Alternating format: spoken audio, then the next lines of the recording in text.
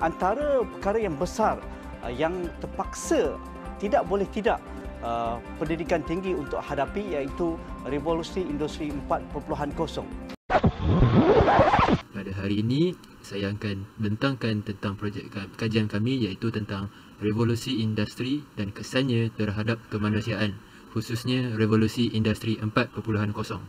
Revolusi industri 4.0 merupakan industri pada abad ini yang merangkumi teknologi IT dan juga artificial intelligence.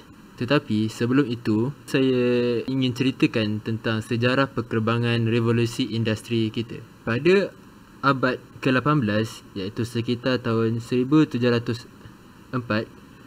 revolusi industri 1.0 telah ditemui melalui kewujudannya teknologi warp ataupun sistem enjin. Pada waktu itu, masyarakat hanya menjalankan revolusi sektor pembuatan, iaitu hanya melalui gunakan tenaga kerja manusia.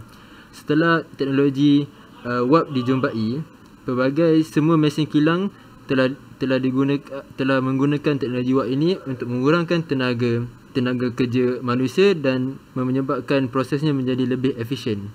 Selain itu, masyarakat pada abad itu telah menjadi lebih hebat, iaitu apabila mereka mengorientasikan sektor pertanian dan berubah kepada sektor industri. Seterusnya, pada revolusi industri 2.0, iaitu pada tahun sekitar 1870 hingga ke 1900, kewujudan elektrik telah ditemui. Pada waktu itu, enjin warp ataupun steam engine telah diubah suai dengan menggunakan tenaga elektrik. Disebabkan itu, segala pengeluaran secara bersasaran telah berlaku. Sekiranya kilang pada waktu itu menghasilkan ratusan hasilan pada tahun itu, kini ribuan produk telah dapat dihasil. Dengan itu, harga barangan oleh pengguna juga dapat dikurangkan. Dan seterusnya, iaitu revolusi industri 3.0. Ia berlaku pada era tahun 1969. Ia merupakan era ataupun penemuan internet dan juga komputer. Pada waktu itu, ia telah dipanggil sebagai era otomasi dan juga digital. Mesin dan juga robot telah dapat dioperasi melalui sistem digital tanpa menggunakan tenaga kerja manusia. Selain itu, pada era ini juga telah banyak ilmu pengetahuan telah dikaji dan dijumpai dan menyebabkan perkembangan revolusi industri sampai ke tahap 4.0. Seterusnya, revolusi industri 4.0.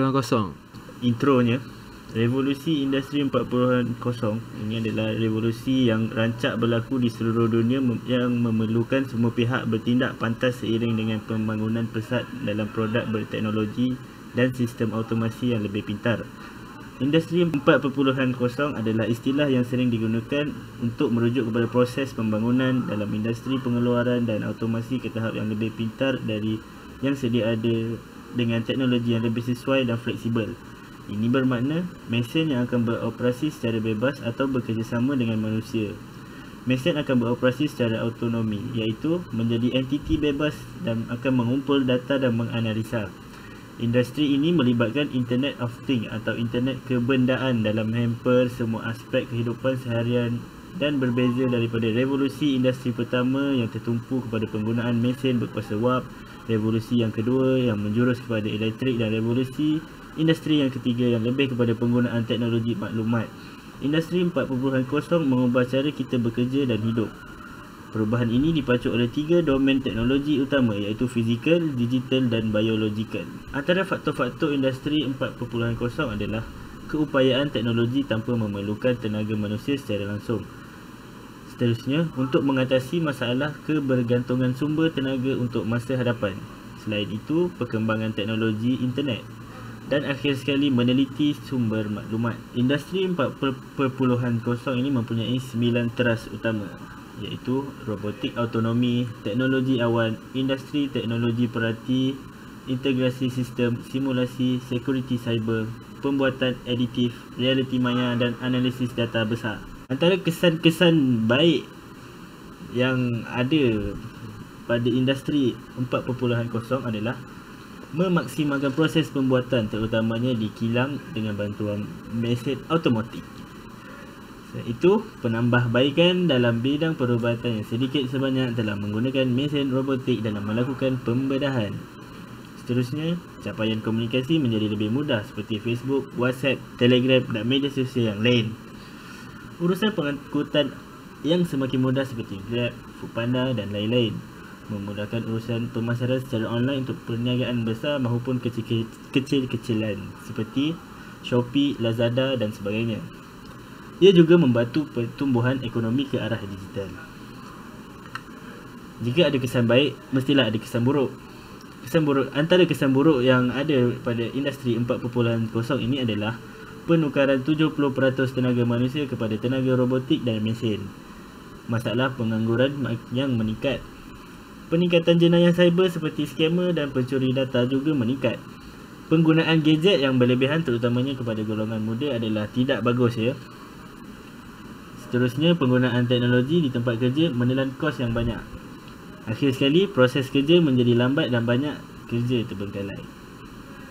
Setelah kita merungkai dan mendengar ulasan tentang revolusi perindustrian 4.0, kami dapati revolusi industri 4.0 merupakan perubahan dalam bidang industri dari segi penggunaan tenaga, cara mengendalikan mesin dan juga teknologi, di mana untuk memproduksi satu barang memanfaatkan mesin sebagai tenaga penggerak dan juga pemproses.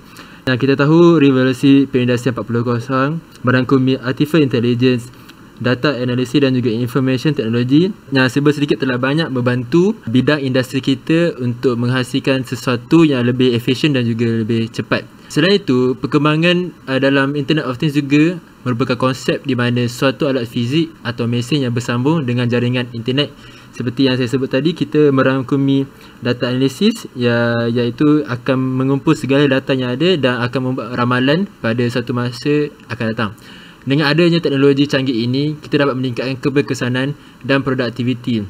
Kita dapat meningkatkan keberkesanan melalui penghasilan satu produk itu secara berluas-luasa dan juga tidak menggunakan tenaga manusia yang terlalu banyak. Oleh itu, produk yang dihasilkan juga lebih berbagai dengan harga yang berpatutan. Jadi kita dapati bahawa revolusi industri 4.0 ini banyak sedikit telah memberi impak kepada masyarakat kita melalui pengembasuaian teknologi dan juga mesin-mesin yang ada.